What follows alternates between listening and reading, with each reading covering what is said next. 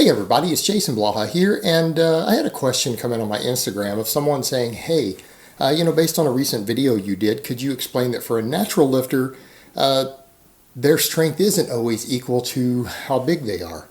So let me put on my +5 out of weaponsmithing, work on skilling up my crafting a little bit, and let's talk about this. No, actually, that's totally true. It's the opposite of what you're thinking, that their size is directly correlated to their strength. And that's kind of the point that video was making, and people are misunderstanding that. They're saying, well, how come there are some guys who aren't that strong who are big from tons of gear?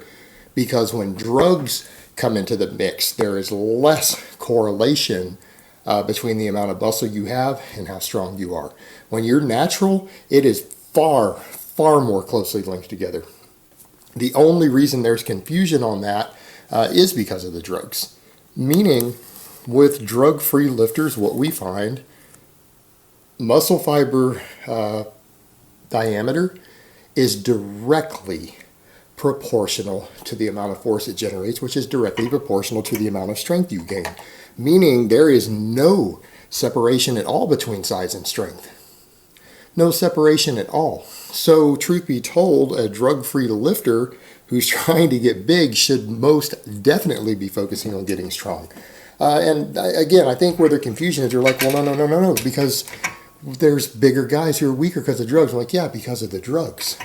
The natural guy gains more strength with every drop of muscle that he gains. And that study that I linked, and I mean, I can always link it again, but the study that I linked showed that in drug-free lifters, there was a much stronger direct association between muscle fiber growth and strength in that individual. What you need to understand is that doesn't mean cross-individual, meaning you can't look at two guys, look at their size and determine which one is stronger automatically just because one's a little bigger than the other.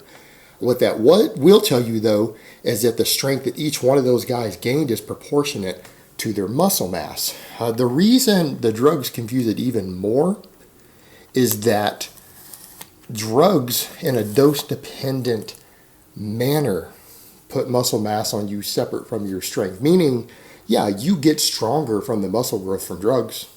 You get stronger from the muscle growth from anabolics.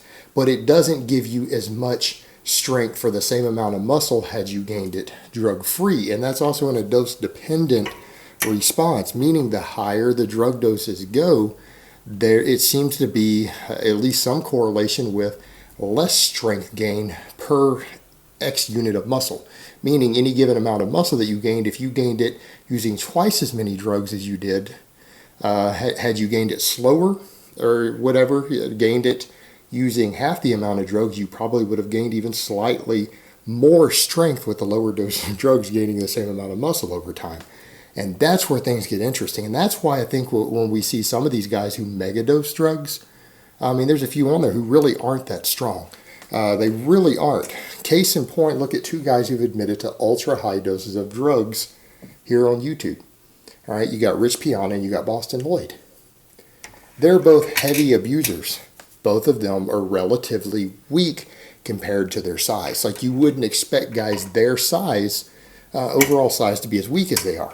Now, Rich, they can get more complicated due to implants and site enhancement and everything else. But the fact of the matter still stands. The guy's been caught using fake weights, doesn't really have that much strength. Yeah, he's stronger than the average guy. He's stronger than a guy who's only been working out 6 months in the gym. Of course he is. But anyone who's his size, you would expect them to be tremendously stronger than he is. And even more so with Boston Lloyd, who has admitted even higher doses. So it's not unreasonable to think that. When you're dealing with a drug-free lifter, there seems to be a direct proportionate strength increase with the muscle they gain. All right, there's a direct proportionate increase. And something could be said for, there's another factor with the drugs and the training could be that if they train in a way that makes them stronger, they gain more strength with the drugs also, as opposed to the guys who train lazy tend to not gain as much strength if they're using just the drugs to help them grow. And like I've said before, training matters less for people when they go on drugs. That's a simple medical fact. The more drugs you use, the faster you're going to grow, whether you choose to touch a weight or not. The weightlifting will probably help some, but it isn't the main factor for heavy drug users as far as how much they grow. Their drug dose is way more important than whether they choose to even touch weights or not. It's a bigger factor. The weightlifting can only help them, but it's not necessary for them to grow. And again, that's a kick in the pants for a lot of these guys who always talk about, well, you still got to work hard. No, not necessarily.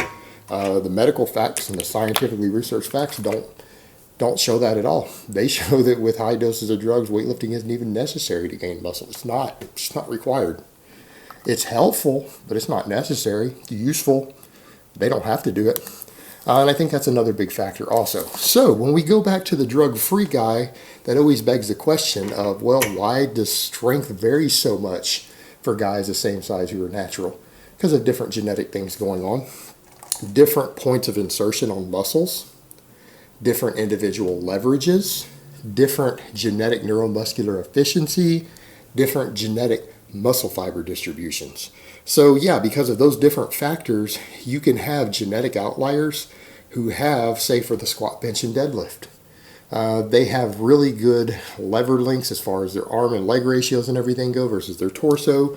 They can have insertions that make them a little better at being stronger, but a little worse at stamina. All right, so as far as the angles and things go, as far as exactly where their muscle tendons insert, can affect leverages. They can have different muscle fiber distribution. So if you have someone who has all that, and then they have a larger percentage of faster twitch muscle fibers just genetically as far as their muscle fiber makeup, they're going to tend to get stronger faster with the same amount of muscle gain as someone else who doesn't have those traits. They could both be gaining muscle at the same rate, because they're both training maximally, they're both training hard. They could both be gaining muscle at the same rate, but the guy with the other predispositions could be gaining strength 50, 60, 70% faster than the other guy. And that's why you do see guys who really aren't that big, who are natural, are completely drug-free, who are very, very strong. It's because they've trained completely natural, probably their entire training career, and it's because they have genetic predispositions that allow them to be stronger for every ounce of muscle that they gain.